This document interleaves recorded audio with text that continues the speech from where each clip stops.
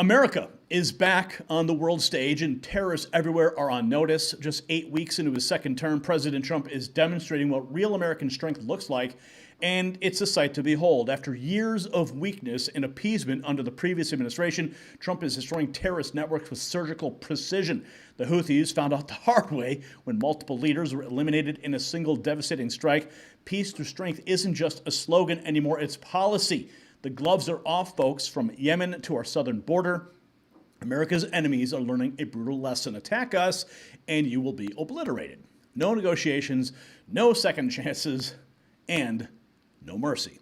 And as we step into 2025, one thing is clear: de-dollarization is not stopping. It's accelerating. China and other BRICS nations are scared of President Trump, and it's making them more determined to reduce their dependence on the U.S. dollar and establish themselves as global economic superpowers. Their secret weapon? Gold.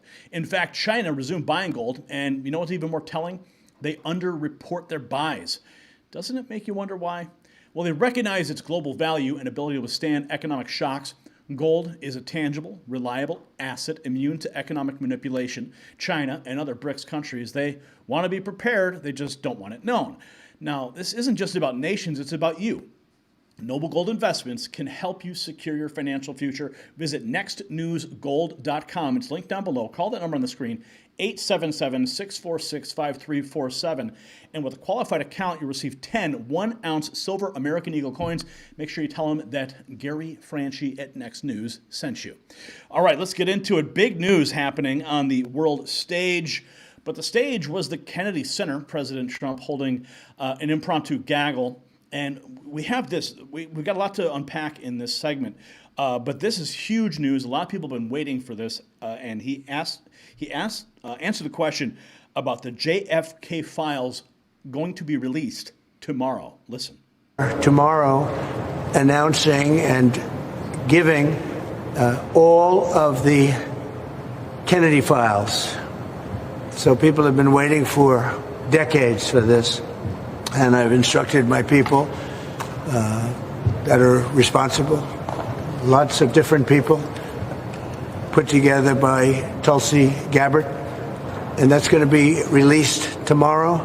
We are tomorrow. Well, I am anxious to see what is about to be released. There's going to be a lot of people poring over those documents, and we're going to be taking a very close look as the release is presented. Now, of course, they can't stop it. The Trump administration took over the Sunday shows. We've got an amazing wrap-up. They dropped bombs on the border, tariffs, war, the economy. American strength is back. The deep state is scrambling. And we have the full thread details. He laid down the law on immigration. Rubio called out foreign appeasement. Hegseth vowed total annihilation of terrorists. And Leavitt told activist judges to sit down. The weak America Last era is over, and the world is watching. So here's Trump on the border. What do you say? Well, you just need a new president. Listen. Now the best border we have 99% improvement from Biden. And that was his better year. You know, he started around the election working a little bit harder, and they got a little bit better. It was horrible still. So we're comparing it to his best time. Comparing it to the worst time, it's like, it's not even, you can't calculate it how much better. So we have now the best border we've ever had. And we did that in a period of 5 weeks. Pretty amazing, actually. Does that imply that we don't need to add a bunch of money and forces? In fact, maybe you could draw down or reappoint the force and manpower that's down there, and we don't need new laws and new money? Well, you don't need very many new laws, because I did it without new laws. I did it twice without new laws. I had the best border ever. And now I think we're going to beat those numbers. I actually think these numbers might be slightly better, and we're going to get them better yet. And I said during the speech on Tuesday night, I said that you didn't need anything. You just needed a new president for that. I said, close the border, and they closed the border. He could have done the same thing. I think he wanted open borders. I don't know if he did, but somebody in there that ran the operation, nobody really knows who was running it.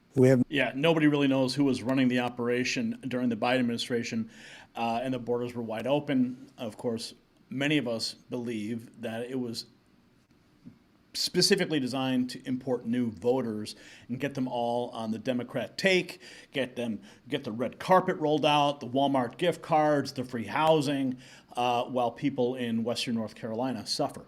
our own American citizens, and they just look the other way. We have more on tariffs. President Trump, companies moving into the U.S. at levels never seen before. And we sell it. Well, we as a country have been ripped off for years and years, decades and decades, and you've covered it on your show. I've seen it.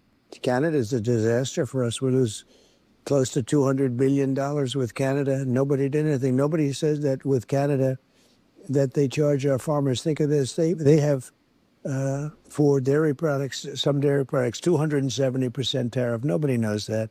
Nobody. Break that down to like common terms. So our farmers may have a product such as what, and we sell it to Canada. So we want to sell milk into Canada, and they throw a 270% price increase on the milk. Which means we don't have much of a market. Which means we don't sell milk in Canada. It's almost, it's called a monetary tariff, but they have a lot of non-monetary tariffs too. That's things unrelated to, they'll have a standard that they'll say you didn't meet or something. That's called a non-monetary. So you put a tariff on what, for example, to try to counter the milk tariff? Well, I can put a tariff on anything, but in the case of Canada, I put it on steel and aluminum. Because they want to sell their stuff to us. We have a lot of tariffs that we're going to be putting on. It really hits on April 2nd. And actually, we've been very consistent. I think a lot of, people are loving what I'm doing. The real business people are loving it. We're going to make America rich again. But we're going to have tariffs on automobiles. We're going to have tariffs on steel. We're going to have tariffs on aluminum and copper and many, many different things.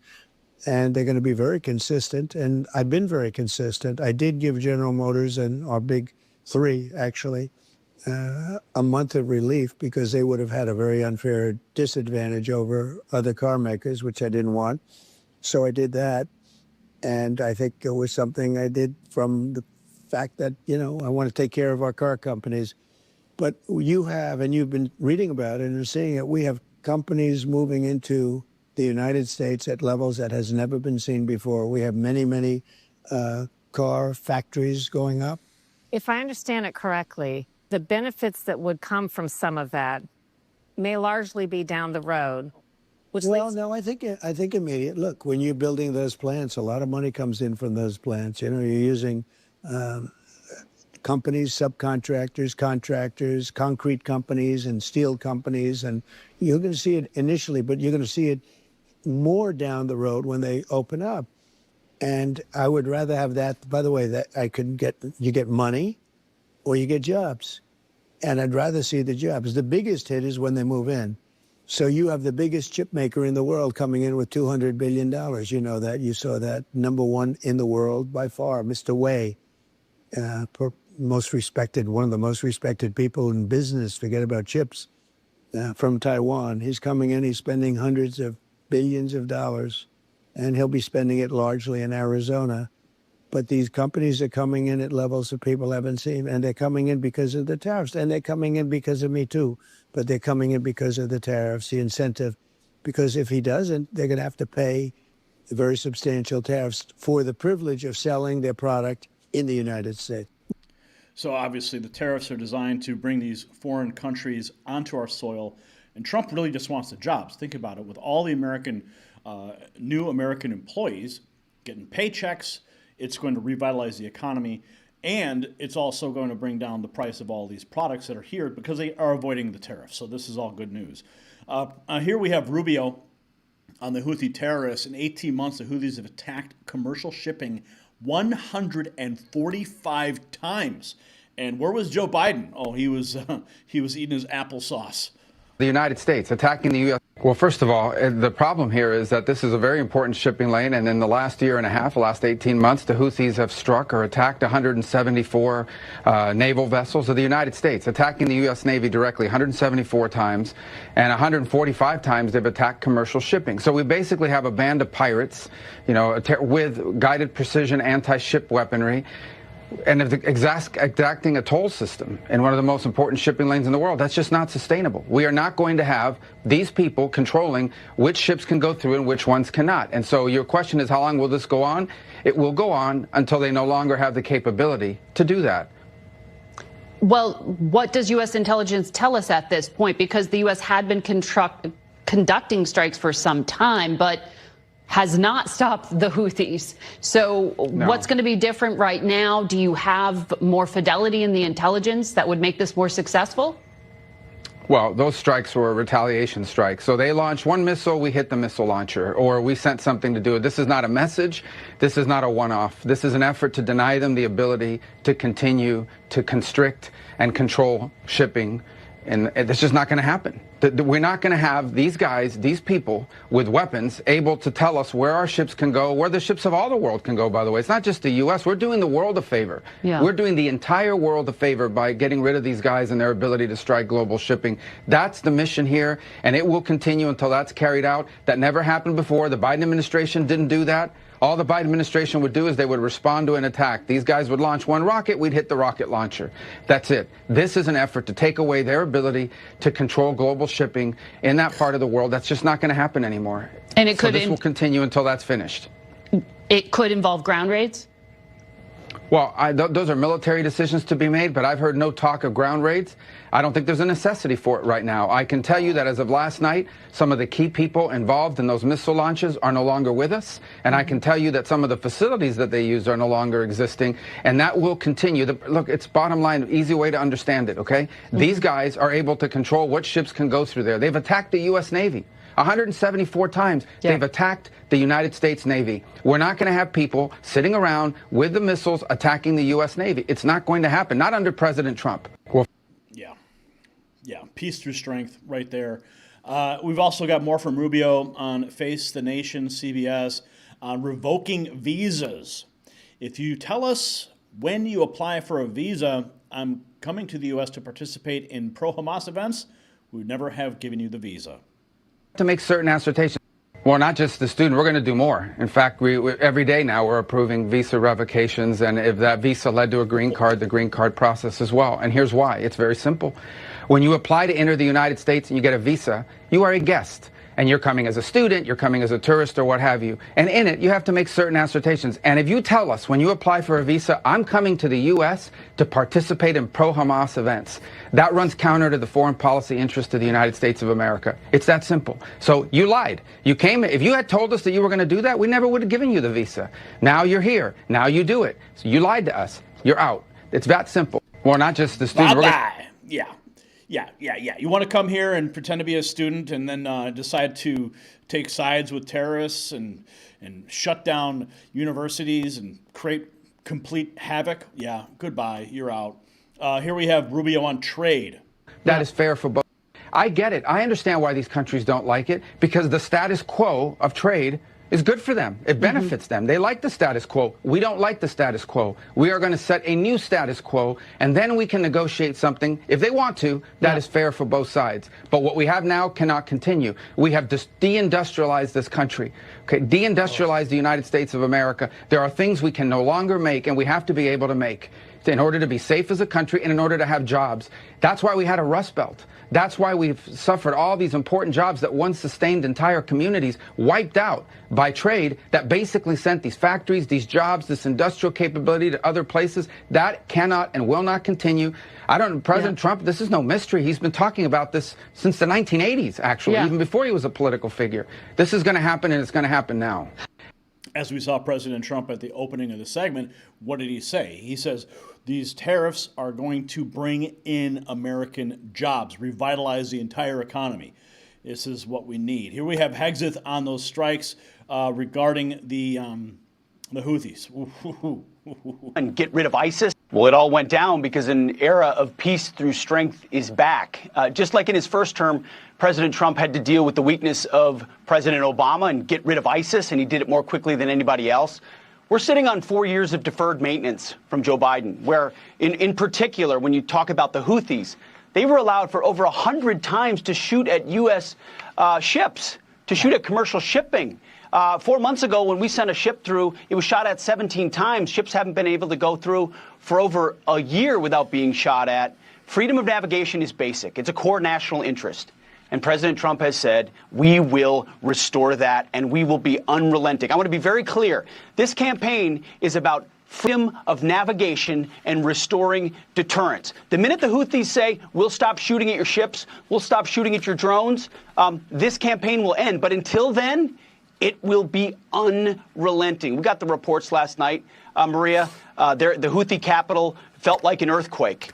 Dozens and dozens of precision heavy munitions dropping precisely on the targets that we wanted to hit, sending a very clear message. And the message is clear to Iran as well. And the president said it in his truth. Your support of the Houthis needs to end immediately. We will hold you accountable as the sponsor of this proxy. And I echo his statement. We will not be nice about it. This is not the Biden administration. The message is clear. We will come after the Houthis until they stop shooting at our ships, and the Iranians better stay out of it. It's about damn time. Here we have, Hegseth on military rebuilding. Gold ships, shipbuildings, the long-range munitions, hypersonics, long-range drones, Golden Dome, southern border. The president has laid out very clearly his agenda to rebuild the U.S. military. He did it in his first term. He's going to do it again. This 8% has been highly mischaracterized, Maria. It's not a cut. It's a reallocation away from Biden priorities toward Green New Deal stuff, toward President Trump priorities. So we have revived the warrior ethos inside the military. We're reestablishing deterrence. And per the president's direction, we're going to rebuild the military. You're going to see a historic investment in the weapons and modernization required to stand up to our enemies. President Trump is committed to that. He's asked me to be a part of it. We're going to work with Capitol Hill to do it. But we're going to be fiscally responsible with taxpayer dollars, Maria. We're going to pass an audit. We're going to work with DOJ. We're going to find there's plenty of waste, fraud, and abuse in the DOD, and we're going to find it. At the same time, we're going to reinvest overwhelmingly in systems and rebuild this military because our kids and grandkids require it, and President Trump's leading the way. But will they be able to pass an audit? Oh, man. Imagine that. The first audit the Pentagon has ever passed. Finally, right? Here we have more. This is Waltz on the strikes on the Houthis. Response. The difference is these were not kind of pinprick back and forth what ultimately proved to be feckless attacks. This was an overwhelming response that actually targeted multiple Houthi leaders and took them out. And the difference here is, one, going after the Houthi leadership, and two, holding Iran responsible. It is Iran that has repeatedly funded, resourced, trained, and helped the Houthis target not only U.S. warships, but global commerce, and has helped the Houthis shut down two of the world's most strategic sea lanes. We have, Martha, 70% of global shipping is now diverting around southern Africa, adding to the cost of goods, disrupting global economies, adding to or shutting off supplies to the United States. President Trump has found it unacceptable. What we inherited was a terrible situation, and this is one of what will be a sustained effort to right that wrong and to reopen global commerce. The difference is... Oh, and we have more. We're not done yet. Here he is on peace in Ukraine. Listen. I'll take President Trump in dealing with the likes of Xi, of Kim Jong-un, with Putin and others. Certainly ahead of his predecessor. And really, as both President Putin and Zelensky said on our first call just a few weeks ago, only President Trump could drive this to an end. Mm-hmm. Only President Trump can bring this war look. Jackie, we know who we're dealing with. We know who we're dealing with on all sides. And we are going to engage in diplomacy. We are engaging in diplomacy. And that will involve both carrots and sticks to get both sides to the table, but to also resolve this in a way that is permanent and enduring. That's what we need. Time for peace. Time to end this war and the countless millions and billions of dollars, lives lost. Let's talk about the economy for a second. On these reckless 1 week does not the market make. As Warren Buffett says, over the short term, the market is a voting machine. Over the long term, it's a weighing machine. And again, Kristen, it would have been very easy for us to come in, run these reckless policies that have been happening before. We've got these large government deficits, 6.7% of GDP. We've never seen this. When we're not in wartime, not in recession, we are bringing those down in a responsible way. We are going to have a transition, and we are not going to have a crisis. 1 week. Secretary Bessent breaking it down for us. We inherited reckless policies. Unreal. Here he is. Let's talk more about tariffs. Chinese manufacturers, because I believe, especially with the China tariffs, that Chinese manufacturers, they will eat the price or eat the tariffs. I believe that the currency adjusts, and I believe if we look during President Trump's first term, that all the other things we do, if we're deregulating, if we're getting energy prices down, then if we look across the spectrum, Americans will realize lower prices and better affordability. So by bringing jobs back, tariffs, and it'll all bring the prices down. Okay? So think about this. And I've said this before. People have brought this up to me, but Gary, all the prices are going to go up. Well, not if they have to lower their prices on the other side so that they don't lose all the products being sold. See, if Americans start seeing all the prices go up, yeah, they're going to tighten up. They might not buy. But if the Chinese see that, they're going to go, know what? We're going to lower our prices to counterbalance the tariffs so that we don't lose all the sales and products. Let's see. We got more here. This is Secretary Witkoff on peace, on State of the Union on CNN. That's that.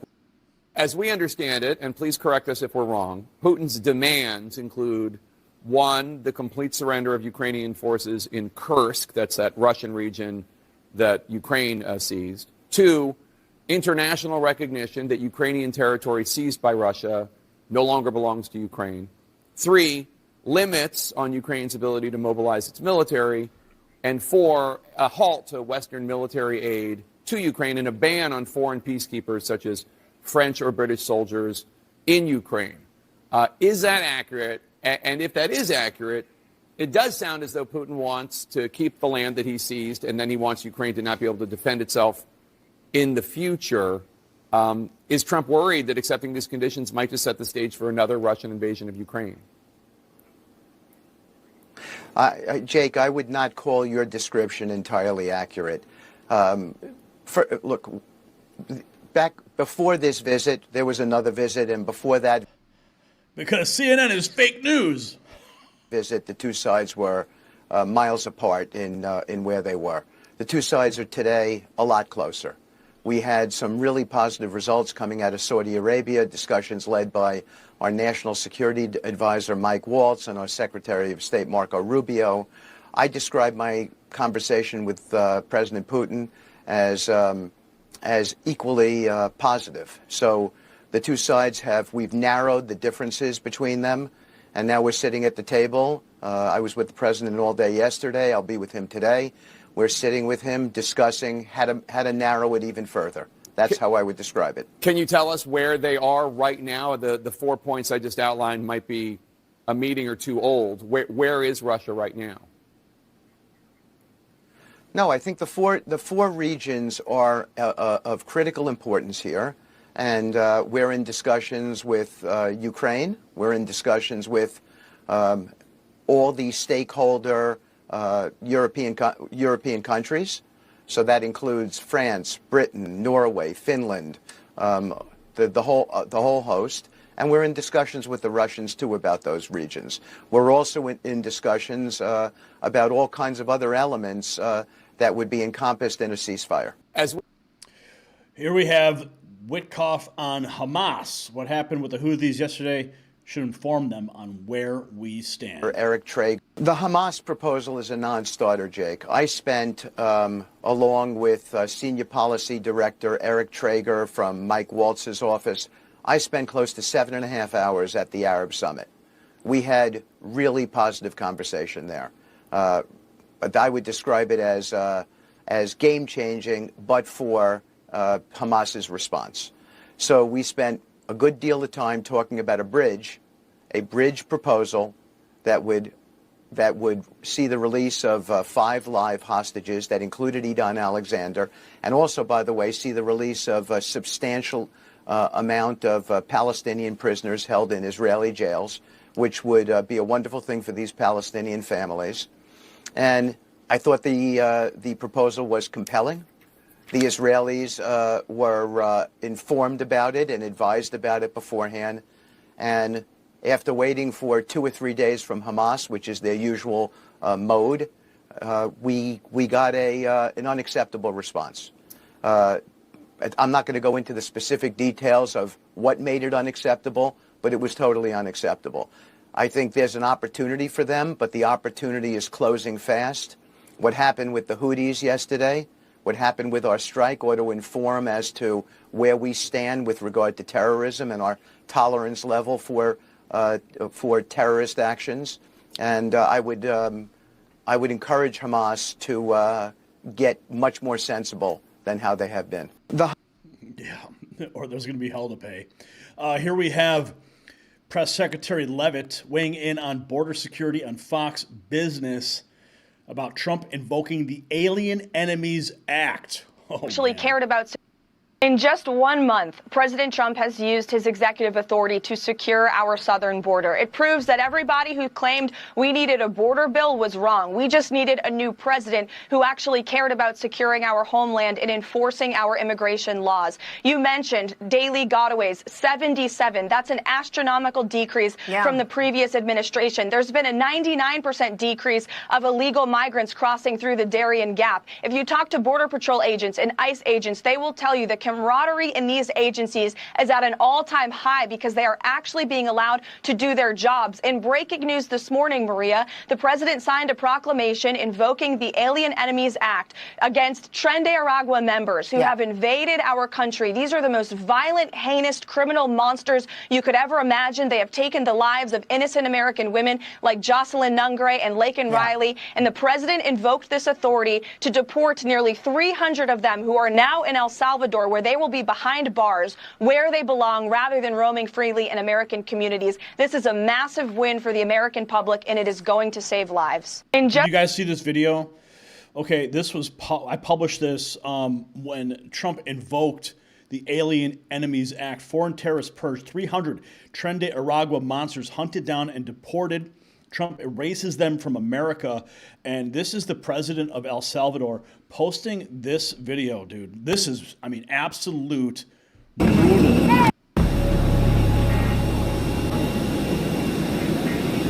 Look at this.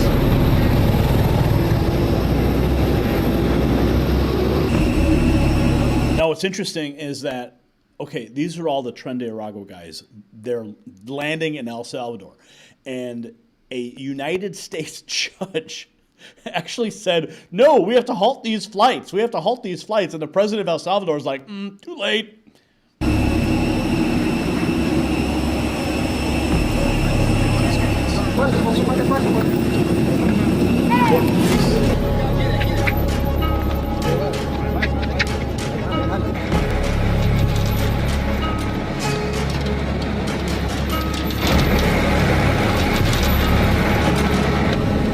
And something to think about as you're watching this, these are the people that the left is defending, that Democrats want to keep in this country.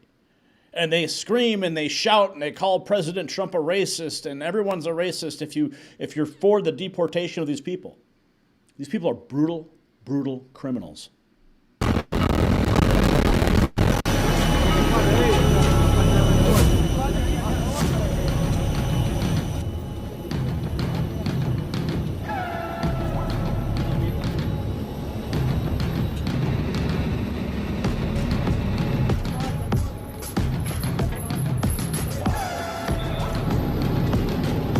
One after another.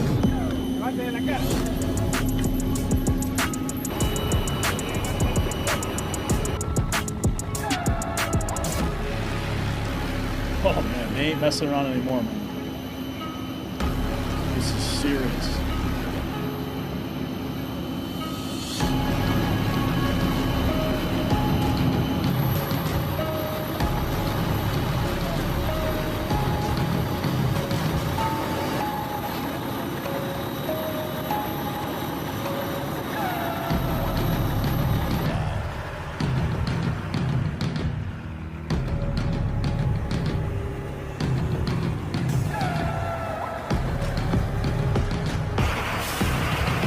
at all these buses, man. These are the people who are terrorizing Colorado, taking over apartment complexes. I mean, just doing unspeakable things in this country. And now they're finally out, and they're reporting directly to prison. Okay, do not pass go, report directly to prison.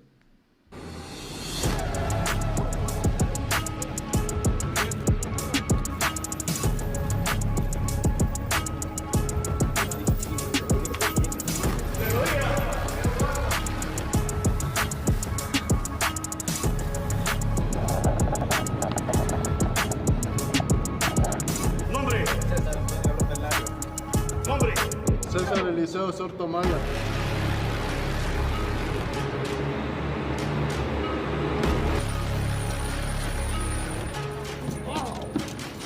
Easy!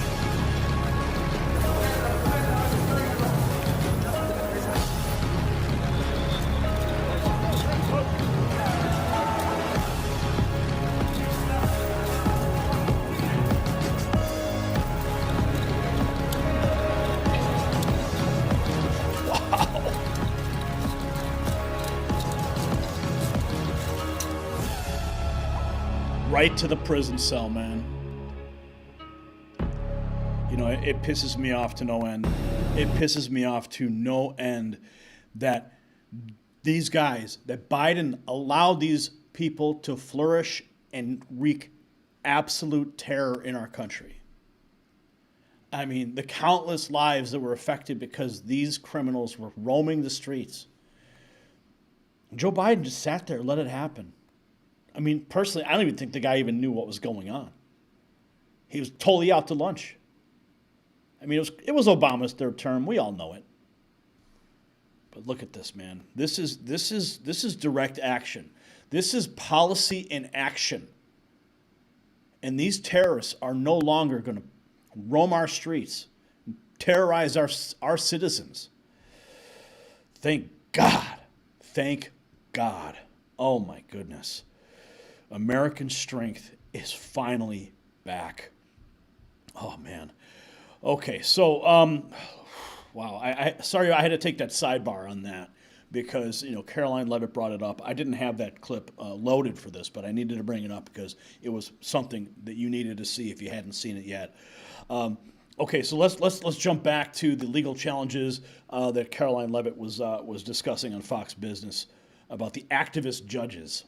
Media is part of. President Trump is not shy of resistance. He has been facing more resistance than anyone who has ever run for office in American history. And the mainstream media is part of that. But also, as you mentioned, we have judges in our judicial branch who are acting as activists, not real arbiters of the law. And there has been 15 injunctions in 1 month of President Trump's agenda. The Biden White House only faced 13 injunctions in the entirety of his presidency. And so clearly, there are left-wing activists who sit behind a bench in a courthouse who don't like this president and his policies. But the fact is, everything President Trump is doing is within his executive authority to do it. He is acting within the bounds of the law. All of his actions are constitutional. And our White House and the entire administration are prepared to fight back against this resistance. Don't bet against President Trump. I think his epic return to the Oval Office proves that he is going to win against the weaponization of our justice system. Yeah. Oh, yeah, the weaponization is over. They think they can go ahead and issue all these injunctions and they can block, but he is well within his authority to execute the laws faithfully of the United States. That's his job, okay? He swore an oath to the Constitution to fulfill that objective, okay? And the judicial branch cannot get involved in how he executes those laws. They think they can. All they're doing is creating roadblocks or slowing it down. Okay, here's a legal challenge. Okay, bring in the DOJ. Now we got to fight it, and then we got to bring it up to another courtroom, blah, blah, blah, blah, blah. Trump ultimately is going to win these cases. This is what winning looks like, folks. The borders being secured, terrorists being wiped out, economy coming back, America is taking control. This is the strength we've been waiting for. The establishment is terrified. So if you're tired of the lies, weakness, and the globalist agenda, follow us now at Next News Network on X, bringing you the truth they don't want you to hear. The fight isn't over. It is just getting started. And we got this. Here's more on the Kennedy files and Epstein files. FBI agent. A lot of intrigue surrounding the release of the Epstein files, Martin Luther King files, John F. Kennedy files. Now, what's interesting is what she's about to say is something that I'm getting as well. Okay, now that I'm in the White House press corps, people are always asking me, where's the Epstein files? Where's the JFK files? Where? Well, they're coming tomorrow, folks. Some current and former FBI agents are saying, some of them telling me, that they feel the FBI establishment came out ahead in the standoff sort of with the New York FBI field office over releasing the records and your Attorney General Pam Bondi demanding them but not getting all that she wanted.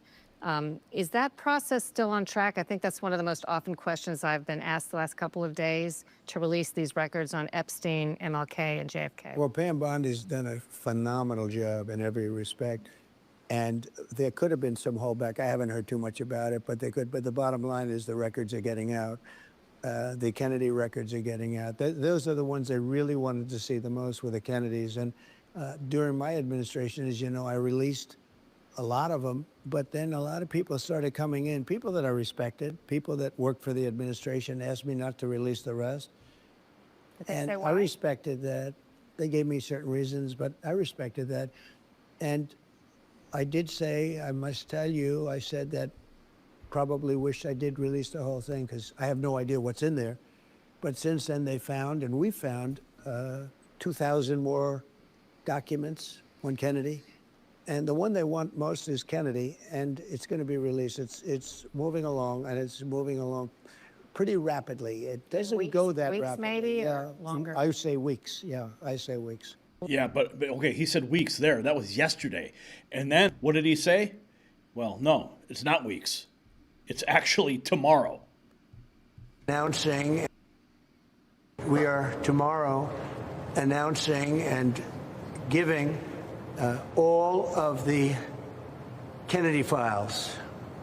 So people have been waiting for decades for this, and I've instructed my people that are responsible, lots of different people, put together by Tulsi Gabbard, and that's going to be released tomorrow. Oh man, I can't wait. So what we're witnessing is nothing short of a complete reversal of American foreign policy. The days of sending pallets of cash to terrorist regimes are over. The era of strategic patience and leading from behind has ended. President Trump has restored America's deterrence on the world stage, and our enemies are taking notice. Our military is being rebuilt with a warrior ethos that prioritizes victory rather than wokeness. Shipbuilding, hypersonic weapons, border security. These aren't just talking points, they're happening right now. But here's the question I want you to answer in the comments. Do you believe America should continue this aggressive stance against terrorists worldwide, or should we return to the appeasement policies of previous administrations? Let us know your thoughts below. And while you are commenting, check out our exclusive Next News gear in the merch shop. Grab a hat and a shirt and show the world where you stand with the real news.